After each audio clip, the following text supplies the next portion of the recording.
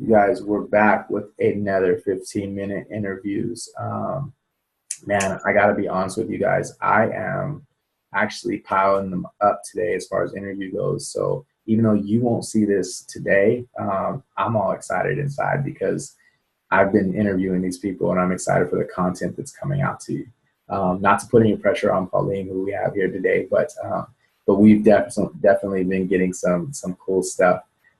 So anyways, 15-minute interviews is all about serving people for so many different reasons. And because I've gone over that spiel a couple of times, I'm going to leave it alone today, or at least in this interview. And then I'm going to let Pauline go ahead and introduce herself. Okay, hi. Thank you so much for having me. My name is Pauline O'Brien, and I'm a registered psychotherapist in the province of Ontario. So I'm Canadian. My background is in counseling psychology. I have a doctorate degree from the Ontario Institute for Studies in Education, University of Toronto. And I'm also a certified Canadian addictions counselor and clinical supervisor with the CACCF, which is the regulatory body in Canada, which certifies addictions counselors. So I kind of have two hats. I have a professional practice side and also an academic side. So academically, I have a background in interprofessional collaborative mental health care. And my research when I was doing my doctorate was on mental health counseling in family health teams in Ontario and defining that role.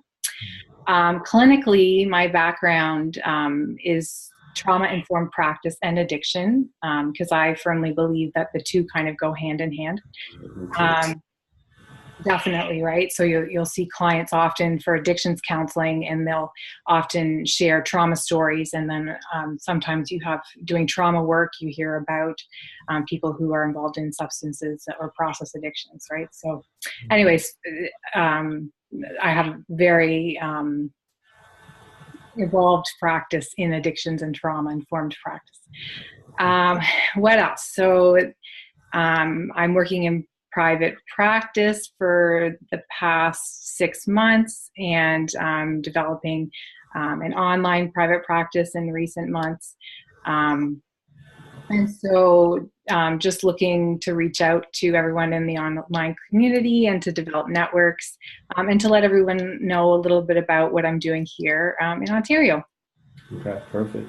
So, man, an interesting topic to me is always like how trauma relates to whatever is presenting. Matter of fact, one of my posts that I just did probably like 5 minutes before you and I got on was that our body ends up taking on everything that the mind and our hearts are experiencing when we're not processing it, right? Like, so somehow at some point in time it gets pushed away. That's a big thing to me to be able to talk about, and so for you to bring an idea of addiction into that and combine those, to me that sounds like a precious thing to do as far as work goes.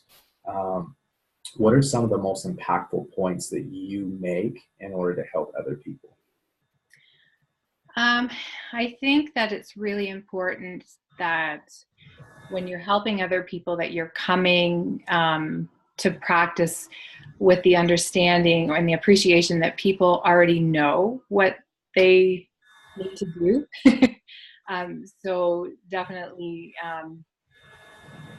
often people will come and they'll ask for us to help, and they'll want advice, and they'll want us to tell them what they think that we should do. And yes, we have a lot of skill in terms of techniques and, a lot of tools that they can use. But ultimately, I believe that people already have a change agenda, they call it, right? So people already know what it is that they want to do or who they want to be, but that there's just something getting in the way of that. And so I think in helping other people, what my goal is to sort of tap into that ability that they already have, right? And so I'm not coming to a session with somebody thinking that I know more or that I'm an expert about what's best for them. But I'm coming in a way where I'm very curious and I want to know, what it is that they already know. That might be kind of hard to facilitate, but it's something that if you're willing to develop a relationship with someone over time, that it's something that will usually unfold. Does that make sense? Totally, it totally. Yeah. So is there like a theme that seems to keep popping up? I know in therapy there's sometimes a week where I'm like, man, this has come up with all my, there's something that always kind of, is there a theme that kind of stands out to you that pops up in your therapy? I think this whole idea that there's always, I guess they call it a glimmer of light, or there's always something that you can use to build on. It's never really hopeless. The other thing is that people surprise me all, like this week. I don't know if it's the weather or we actually just had an ice storm.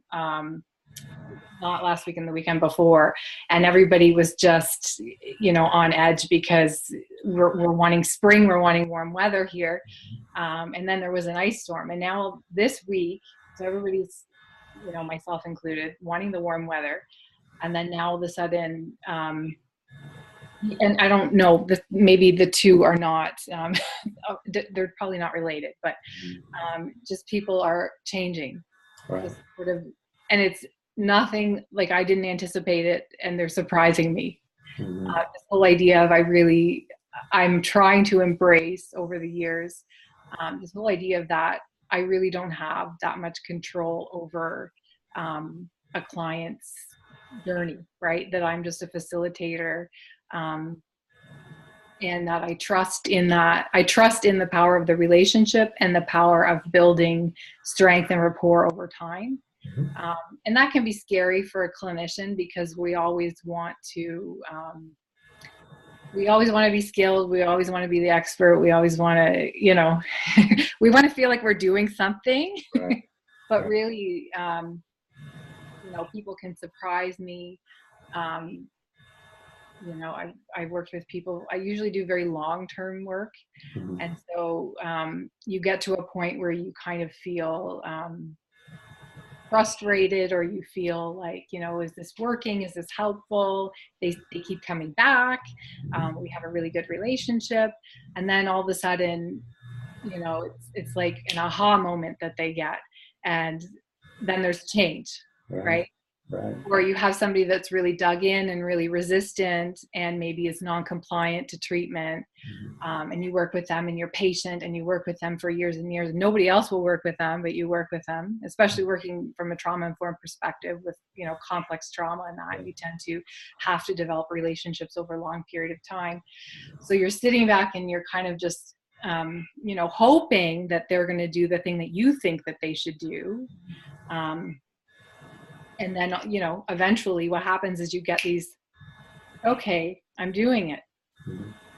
And so you wonder, over time you wonder, were they understanding what I was saying? Are they getting the techniques or the tools that we're trained to deliver? And,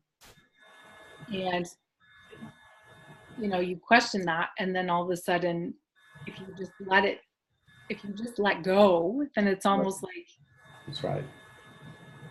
Yeah. And you get chills, right? You feel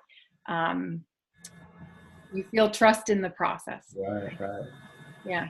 To see that whole process kind of come full circle and get to where somebody is like, man, I just had a breakthrough type feeling or experience, and then all of that. So as we're human, so even as helpers, like we have the doubt that, is this working, that kind of thing, right. Which is normal. And if we put that into our treatment, right, like it makes it totally human, and it really does help to let go and drop judgments, which are the pieces that probably need for them to heal, right, to be able to get to what they need to get to. So. And I don't know if this has been your experience at all. When I first started out, so I've been doing this for over 15 years. And when I first started out, I knew everything, right? And I felt really confident. And I felt confident in my ability that I could help people, right? And so people were coming, and I thought I was doing good work. Nothing really bad happened, right? Everything was nothing bad.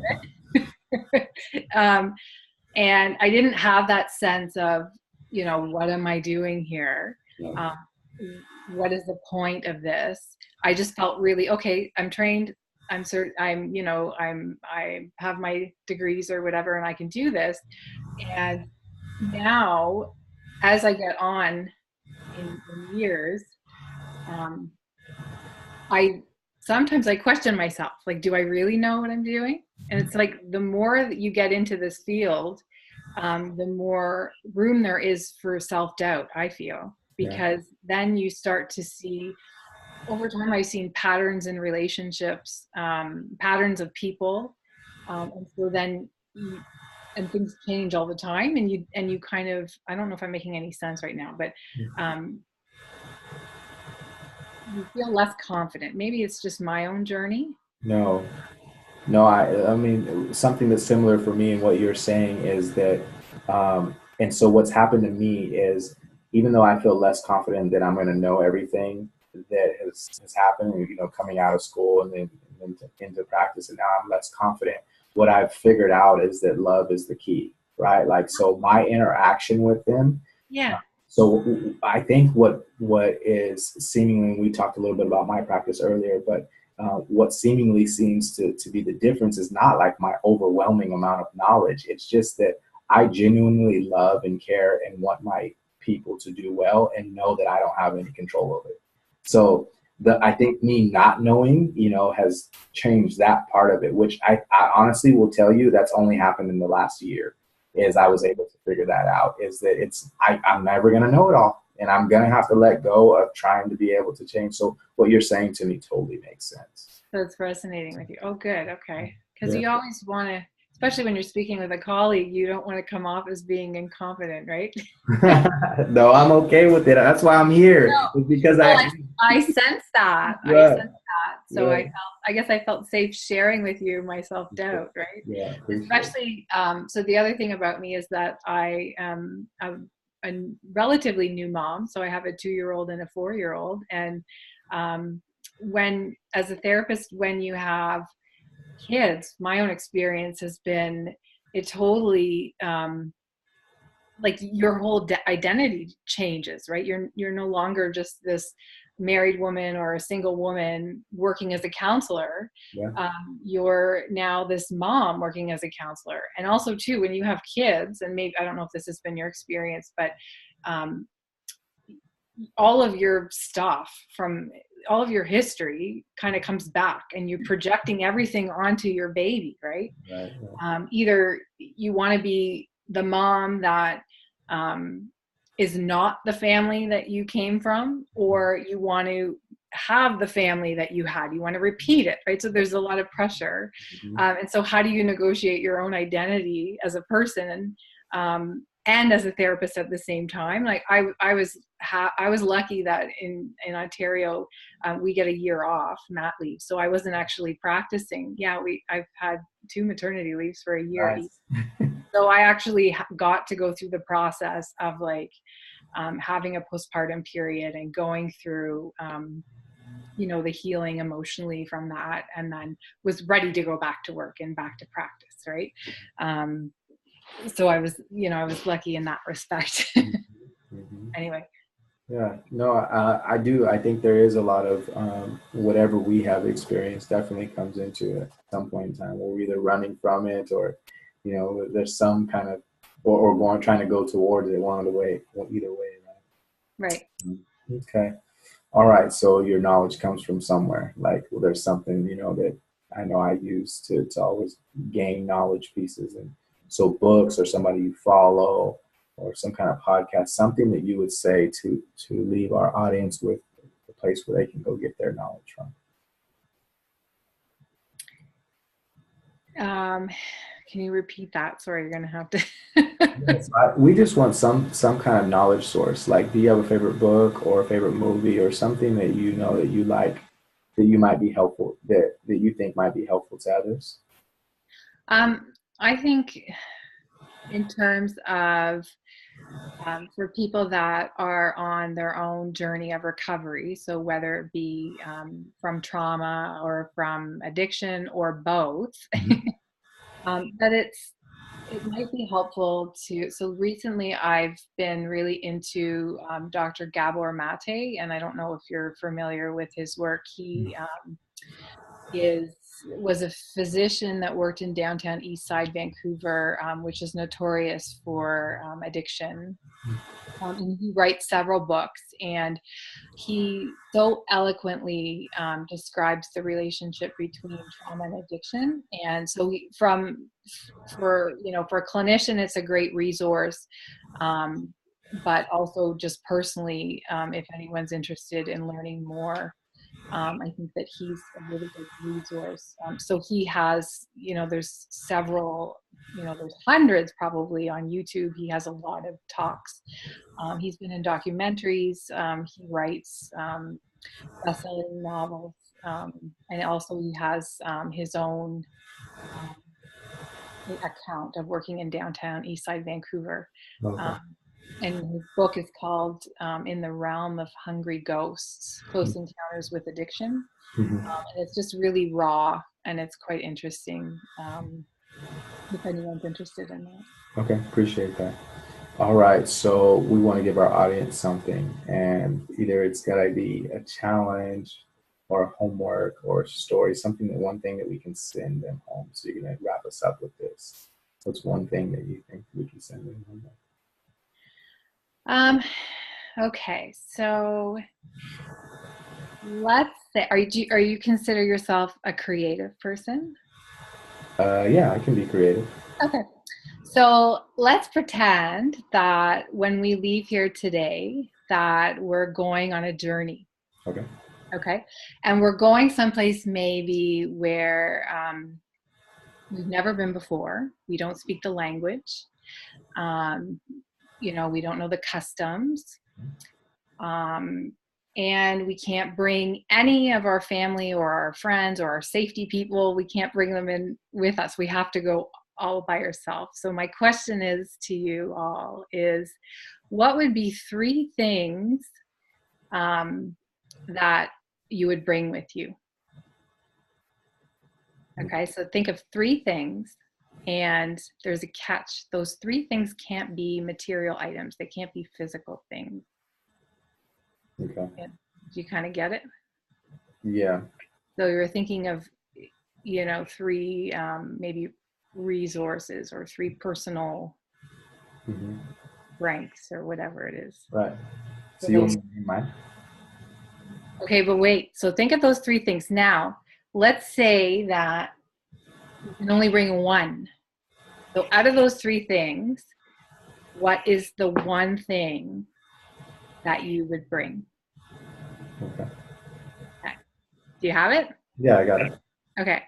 Do you want to share it? Yeah, my mind. Ah, very good. Is that something does that count? Does that sound like a thing? Well, your mind you can't physically bring yeah, you would, because you would be going. So your mind. Yeah. So like, what do you mean about your mind? Your intellect or your? It's because the mind brings so much, like, mentally and emotionally. Like, I would take that with me because I feel like I get more than one. Right. So do you want to know mine? I absolutely do. Okay. Mine was, and I did this activity at a workshop years ago, and I thought it was so amazing. But mine was courage. Oh, you need courage to start everything, right? Courage is the starting point of everything. Okay. Yeah. So they say that those are the personal resources that are important to you. And so if you think of going on a journey as being, going on a journey with a client, right? So you're meeting somebody for the first time. You don't know anything about them. Right. So what personal resources are you going to bring with you? So me, it's just a sense of like bravery to try to get to know them. But you could use this activity in any context, right? No, totally, because that going through anything that we're going to go through in life, the first step is always about courage. In fact, I think Brene Brown talks about braving, like she uses the word braving. And so, courage is where it's at in order to begin whatever journey that we're going to take in life. Right. So. Right. Good stuff, man. Really cool. So yeah, dropping all kinds of diamonds, right? Like now we have something for everybody to pick up, and I appreciate that. I also appreciate you taking time out of your day to do this interview with me. And for everybody watching 15-minute interviews, man, I appreciate you spending 15 minutes and watching the interviews. Please make sure you share it. Somebody out there, it might not be you. It might not even be somebody that you know that knows you, but they need for you to share and show them that this exists. So thank you for sharing. Take care. We'll talk to you guys soon. Every Wednesday and Friday at 6:30, we're releasing a new 15-minute interview. Talk to you soon.